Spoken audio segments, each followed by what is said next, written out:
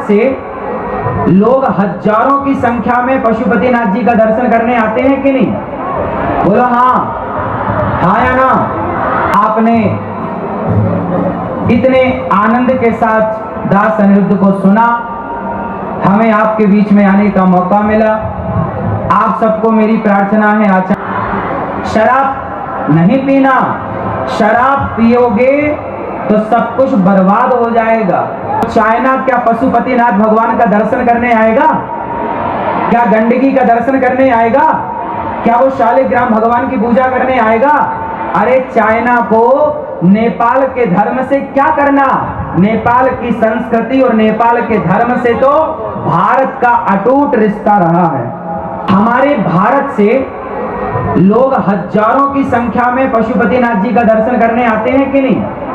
बोलो हाँ, हाँ या ना? भारत से हजारों लोग गंडकी माता का दर्शन करने आते हैं कि नहीं? भारत से लाखों लोग शालिग्राम भगवान लेकर जाते हैं कि नहीं?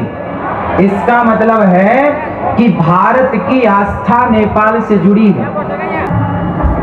आज मैंने सुना नेपाल का दोस्त कौन है? भारत और आसपास के जितने देश हैं, आप किन देशों से दोस्ती करना चाहेंगे? बताइए, आपसे मेरा सवाल है। आप नेपाल वासी, आपके पास में बहुत सारे देशों की सीमा है, किस देश से आप दोस्ती करना चाहेंगे? किससे? किससे? जोर से। भारत से। भारत से दोस्ती करना चाहेंगे? भारत तो सदा आपके साथ है और सदा हम और आप कभी दो थे ही नहीं, एक थे, एक हैं और एक ही रहेंगे।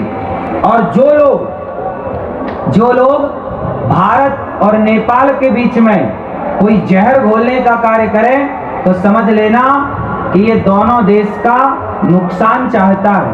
अच्छा ये बताइए, भारत नेपाल को अपना मानता है। भारत के आने से नेपाल की अर्थव्यवस्था मजबूत होती है। जरा विचार करो कि चाइना अगर नेपाल आया तो चाइना क्या पशुपतिनाथ भगवान का दर्शन करने आएगा? क्या गंडकी का दर्शन करने आएगा? क्या वो शालिग्राम भगवान की पूजा करने आएगा? अरे चाइना को नेपाल के धर्म से क्या करना? नेपाल की संस्कृति और नेपाल के धर्म से तो भारत का अटूट रिश्ता रहा है। इसलिए भारत और नेपाल, इन दोनों देशों के बीच में कभी किसी भी प्रकार की लकीर ना खींचे, क्योंकि हम दोनों यदि मिलकर रहेंगे तो निश्चित है कि हमारी और आपकी अर्थव्यवस्था, राष्ट्रीय स्तर की मैं बात कर रहा हूं, समृद्ध रहेंगे, हम सब खुशहाल रहेंगे। और आपने यदि दोस्ती उन लोगों से कर ली जिन्हें गंडकी माता और शालिग्राम भगवान और पशुपतिनाथ जी से कोई लेना देना नहीं, तो सोचिए इस धर्म का, इस संस्कृति का क्या होगा। इसलिए मेरी आप सबसे प्रार्थना है, आप सब भारत आइए और गौरी गोपाल आश्रम में चल रही सेवाओं का दर्शन करिए। और सावन का ये पावन पर्व है। आप कितने लोगों ने सावन में व्रत रखा है? रखा है। भगवान शिव को जल चढ़ा रहे हैं कि नहीं? कौन सा जल? कौन सा जल? सारे जल चढ़ाओ, पर भगवान शिव को पता है कौन सा जल पसंद है? भगवान शिव को नेत्रों का जल पसंद है। इतना प्रेम उमड़ना चाहिए आपके भीतर शिव के प्रति कि आंखों से अश्रुधार बह पड़े और शिव जी के ऊपर जाकर चढ़ जाए। ऐसी नेत्रों की धारा। भगवान शिव को क्या पसंद है बताइए? प्रेम। राम ही केवल प्रेम प्यारा और जान ले ये जो जाननी हारा। राम को क्या पसंद है? बोलो। नेपाल वासियों को क्या पसंद है? क्या पसंद है? नफरत पसंद है या प्रेम? क्या पसंद है? प्रेम। आप सब नेपाल वासियों को प्रेम पसंद है। और हमारे प्रभु राम भी कहते हैं कि राम ही केवल प्रेम प्यारा, इसलिए प्रेम से मिलजुल करके रहिएगा। अच्छा बताओ, नेपाल वासी आप कितने भाई हैं? जोर से, कितने भाई हैं आप लोग? हम सनातनी, आप में से कितने लोग सनातनी हैं? सत्य सनातन धर्म को जानने और मानने वाले कितने हैं? हाथ उठाओ सब। तो सुनो, हम सभी सनातनी, चाहे भारत में हो या नेपाल में हो या भूटान में हो या जापान में हो या अमेरिका या लंदन, कहीं भी सनातनी हो, सनातनी 4 भाई हैं। कितने भाई? कौन कौन से? ब्राह्मण, क्षत्रिय, वैश्य और शूद्र। हम चारों एक पिता की संतान हैं और हम चारों सदा से भाई रहे हैं। कुछ लोगों ने ये जातिवाद का जहर घोलकर हम लोगों को आपस में लड़ाने का कुछ लोगों ने षड्यंत्र किया। आपसे मेरी हाथ जोड़ के प्रार्थना है कि आप कभी षड्यंत्र में मत उलझिएगा। भारत में जब अंग्रेज आए तो उन्होंने नारा दिया, फूट डालो शासन करो, और उस फूट डालो शासन करो के तहत भारत को खूब लड़ाया जातियों के नाम पर, और हम आपस में लड़ते रहे और कई 100 वर्षों तक गुलाम रहा भारत। इसलिए मेरी प्रार्थना है कि हम जब जब लड़े हैं तब तब बटे हैं। इसलिए आप लड़ना चाहते हैं या संगठित होकर रहना चाहते हैं? कितने लोग संगठित होकर रहना चाहते हैं? तो फिर आप कभी मत लड़िएगा कि मैं ब्राह्मण, मैं क्षत्रिय, मैं वैश्य, मैं शूद्र। हम चारों भाई हैं और एक दूसरे के काम आना है, एक दूसरे के सुख दुख में खड़े होना है, एक दूसरे का सहयोग करना है। यदि हम बट जाएंगे ना तो मिट जाएंगे। इसलिए अपने आप को बटने मत दीजिएगा। जो बट गया वो मिट गया।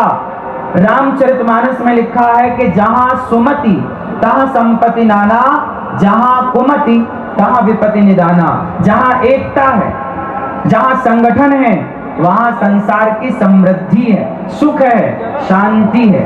और जहां आपस में लड़ाई झगड़ा है, वहां सिवाय दुख के कुछ नहीं। इसलिए संगठित रहे, हम सब संगठित रहें। आप सब भगवत चिंतन करें, भगवान से प्रेम करें और अपने धर्म को समझें। धर्म का कभी परित्याग नहीं करना चाहिए। अच्छा बताओ, नेपाल के लोग शराब पीते हैं कि नहीं?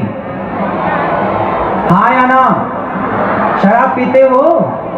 हाँ या ना? ना?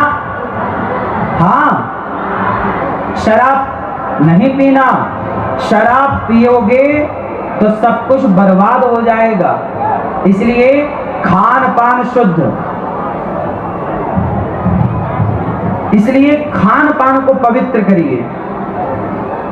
आप लोग मांसाहार तो नहीं करते ना? शुद्ध शाकाहारी हैं। कितने लोग शुद्ध शाकाहारी हैं? शाकाहारी हैं।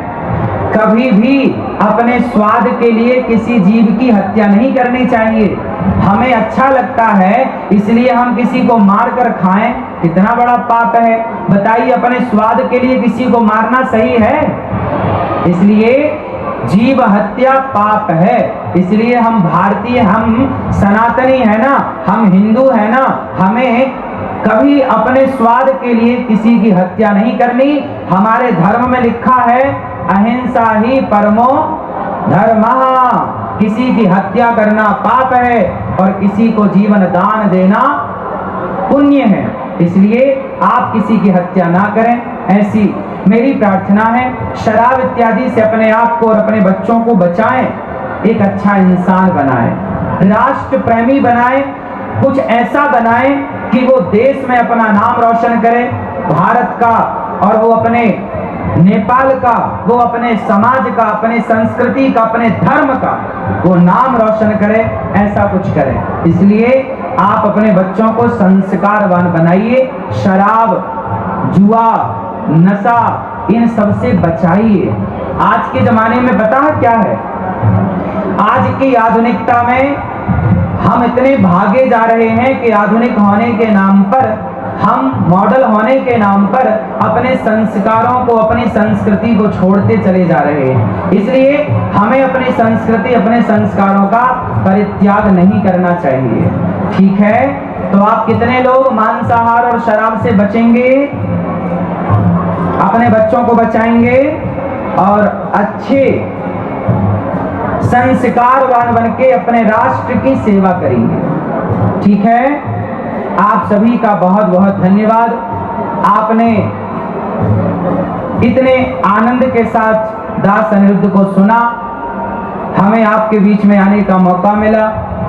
आप सबको मेरी प्रार्थना है, आचार्य चरणों को प्रार्थना है, मंचस्थ सभी भक्तजनों को प्रार्थना है कि आप सब वृंदावन आए, गौरी गोपाल आश्रम में आए और गौरी गोपाल आश्रम आकर वृंदावन में वहां वृद्ध माओं की सेवा हो रही है। 281 वृद्ध माएं गौरी गोपाल आश्रम में रहती हैं। 150 बच्चे वहां निःशुल्क पढ़ते हैं। अखंड लंगर रसोई चलती है, सब आकर के प्रसाद पाते हैं। ये सारी सेवा बिहारी जी ने दी है। बोलिए वाके बिहारी लाल की, कृष्ण कन्हैया लाल की, राधे राधे।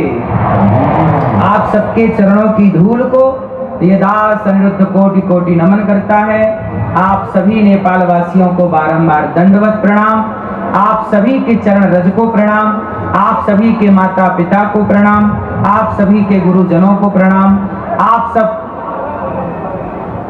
यहाँ प्रेम पूर्वक बैठे हैं। आप सब ने इस सुंदर से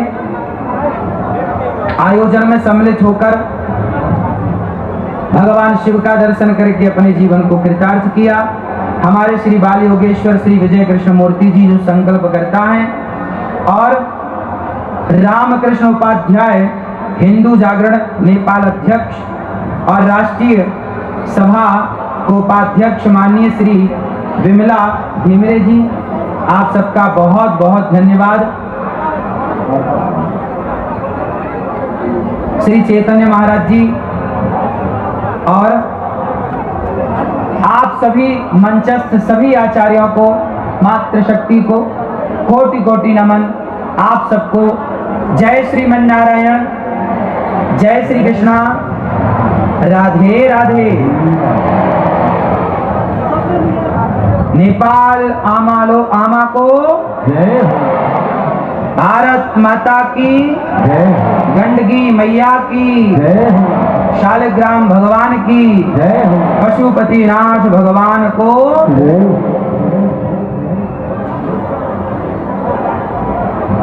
धन्यवाद। हुने परम पूज्य परम वंदनीय प्रातः स्मरणीय चर्चित युवा कथावाचक अनिरुद्धाचार्य महाराजको आगमनले हामी सबैलाई गौरवान्वित महसुस गराएको छ। उहाँप्रति हृदय श्री चरणमा कोटि कोटि वन्दना प्रणाम नमन स्वागत र अभिनन्दन टक्राउँदै राष्ट्रदेव पशुपतिनाथलाई कोटि कोटि वन्दना र प्रणाम टक्राउँदै हाम्रा पूज्य गुरुवरहरू उहाँलाई यहाँसम्म ल्याउनको लागि अहम भूमिका निर्वाह गर्नुहुने हाम्रो चैतन्य कृष्ण महाराजज्यूलाई धेरै धेरै नमन वन्दना छ। यसगरी साथमा हाम्रो सुनामणी गुरु आउनुभएको छ, यसैगरी टीकाराम गुरु आउनुभएको छ, राम शर्माजी पूज्य गुरुमा सबैप्रति नमन। यसगरी वासुदेव डाक्टर वासुदेव कृष्ण शास्त्रीजी महाराज, यसैगरी बुद्धिसागर गुरु हाम्रो प्राध्यापक पूज्य नवराज घिमिरे गुरुप्रति हृदयदेखि नमन छ, अभिनन्दन छ, सम्मान छ।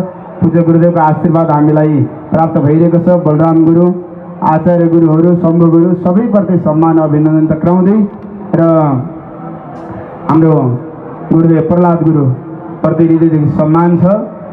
चैतन्य कृष्ण महाराजजी धेरै धेरै अभिनन्दन सम्मान। हाम्रो राजानन्द माण्डव्य गुरुदेवको आगमन भयो, हाम्रो मूल प्रवक्ता।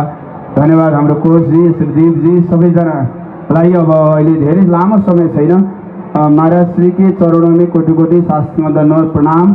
आपका बहुत बहुत स्वागत है, अभिनंदन है और बहुत हम आभारी हैं आपसे र धेरै धेरै अभिनन्दन। उहाँको जति वर्णन गरे पनि, जति प्रशंसा गरे पनि, जति वन्दना गरे पनि कमी नै हुन्छ र उहाँले अत्यन्तै महत्त्वपूर्ण समय भोलिबाट वृन्दावनमा कार्यक्रम भएको हुनाले उहाँ यहाँबाट प्रस्थान पनि गर्नुपर्ने छ। हिजो राति 7 बजे वृन्दावनबाट फेरि दिल्ली आएर बिहानीको समयमा त्रिभुवन अन्तर्राष्ट्रिय विमानस्थलमा पदार्पण भएर पशुपतिनाथको दर्शन गर्दै कैलाशको हवन क्षेत्र परिक्रमा गरेर अहिले यहाँ उहाँको पदार्पण भएको छ।